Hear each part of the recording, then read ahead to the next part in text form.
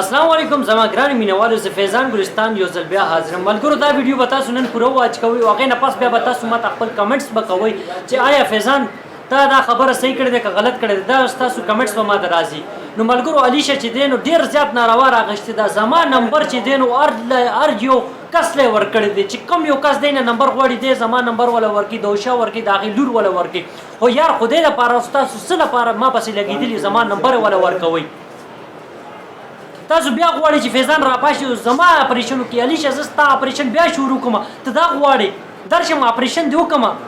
او د چا سپینه ږیره دې ده ږیرې له کلف ورکې دا ټولو ته پته ده او سپینه ږیره ده زه ستا د دې ږیرې لحاظ کوم دا ږیره دې چې کومه ده که نه د دې سپین ویښتو لحاظ دله کومه ګوره که ما درته کنځلې شروع کړي که نه نو والله کې چې ما نه تاسو کلار کښېنئ سله ما چیړوي زه غلی ناست یم زه درته کنځلې نه کوم نور څه نه کوم تاسو سله ما پسې لګېدلي ما سله چیړوئ چې یو ځل در پسې ختمه که نه داسې اپریشن به دله کومه که نه والله کې چې تاسو ما نه پاتې شئ او توبې به را وباسئ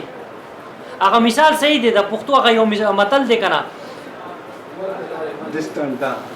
بیا درته څه ویم بیا به وي فیضان غلطې خبرې کوي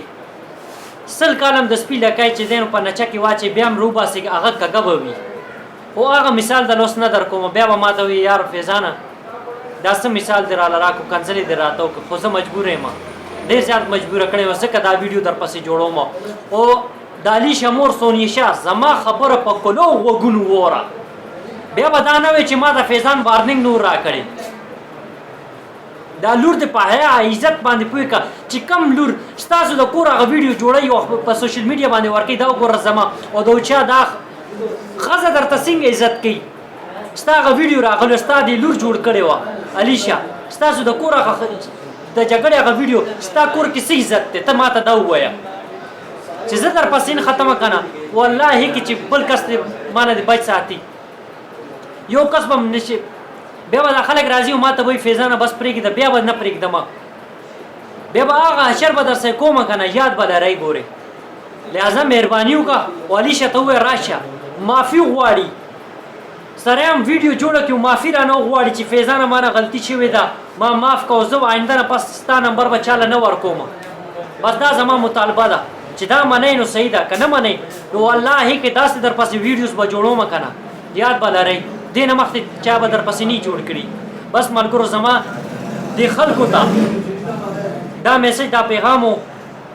امید لرم چې دی به زما په خبره باندې به پوه شوي چې پوه شوي نو ښه خبره ده چې نه پوه شي نو بس انشاءالله بیا به تاسو ګورئ چې دی سره زه څه عمل کوم